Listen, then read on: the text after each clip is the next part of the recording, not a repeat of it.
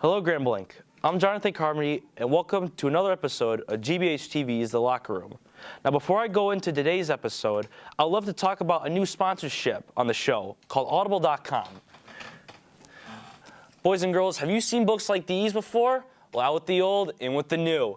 Audible.com has hundreds upon thousands of free audiobooks for you to listen to, and is a big reason why I have loved reading now. Use the code LOCKER, that is LOCKER, when you go to audible.com to get your first audiobook for free. That's LOCKER. Go to audible.com, get your first free audiobook.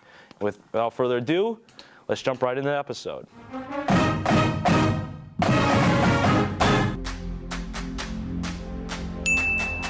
It's playoff time on the floor mats, and competitive cheer is looking to make another appearance at state finals. Ranked 4th in the state, they begun their in-state tour at Lake Orion. With a total of 783 points, they were very cheerful when they received their trophy for district champs. In other words, the sky is blue. Their next stop will be at Heartland on Saturday for regionals. Light work this week for the Lady Bowlers as they shut out Flint 30-0. This win came from incredible games like Leah Williams bowling 203 and Belle Nappy bowling 176. The swim and dive had nothing this week. They're practicing. You see, they're very good. They're not drowning like some others. Anyway, they will have a SBL meet at some time next week. This meet will take place from Thursday, February 21st to Saturday, February 23rd at Saginaw Valley State University. We wish our aquatic cats the best of luck. The men in singlets advanced to team regionals, where they met their demise when they attempted to enter Davison territory. The Bobcats were body slammed by the Cardinals with such magnitude that the Catholic Church would consider it a cardinal sin.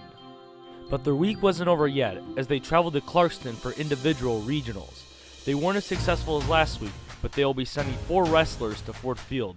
These wrestlers are Brody Kemper, Seth Dominguez, Caleb Ramaya, and Eugene Durbin. Congratulations to all 4.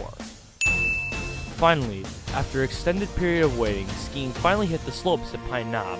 Both teams attempted to hang with the big boys, but were unable to find much success on regionals. The only good piece that came out of it was Garrett Morgan placing 4th in the giant slalom and qualifying for state finals.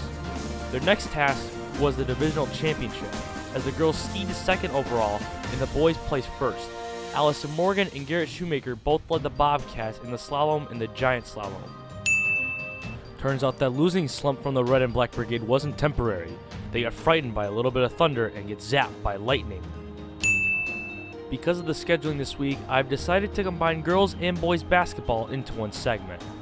On Wednesday, the girls' freshman team traveled to Fenton and stumbled into a pit of tigers. Meanwhile, the JV and varsity teams traveled to Bronco Land to take on Holly High School. The JV team made the Broncos their racehorse, while the varsity kept it close. They found sweet victory from the great Zeta Lacey as she hit the game-winning shot with 6 seconds to go. Lacey contributed 8 points along with Madison McKay, while Sasha Green scored 10. The next day, the girls' freshman team came back home and took on Notre Dame Prep. They struggled with the schoolgirls at first, but came out with a close win 31-29. Following the girls' game, it was the boys' turn to take the court as they faced the Davison Cardinals. The freshman team won a hard-fought game 43-40, with David Lally leading the way with 16 points. Afterwards, the boys' JV team showed no mercy against the Cardinals as they plucked them clean 79-33. Dennis Underwood led the way with 18 points, while Andre Ridley scored 11 and Austin Perry scored 10. Then came the third and final night of basketball, as the girls' JV team started things off with a close loss to Davison, 57-59 in overtime. Caitlin Shimbera made a statement for herself as she scored 17 points. Meanwhile, Kennedy Coleman scored 15. Next, the girls' varsity team had their turn against the Cardinals. It was another barn burner, but they got the job done, winning 44-31. Catherine Mansour and Sasha Green were the leading scorers with 12 each, and Zeta Lacey with 10. Finally, the night was capped off with the boys' varsity team looking to sweep the Cardinals. Thomas's boys were sluggish at the start, but soon found their rhythm and never looked back. With the help of Rice and Beans putting up 19, along with Gibbons and the freshman sensation scoring 17 each, the boys won 73-56.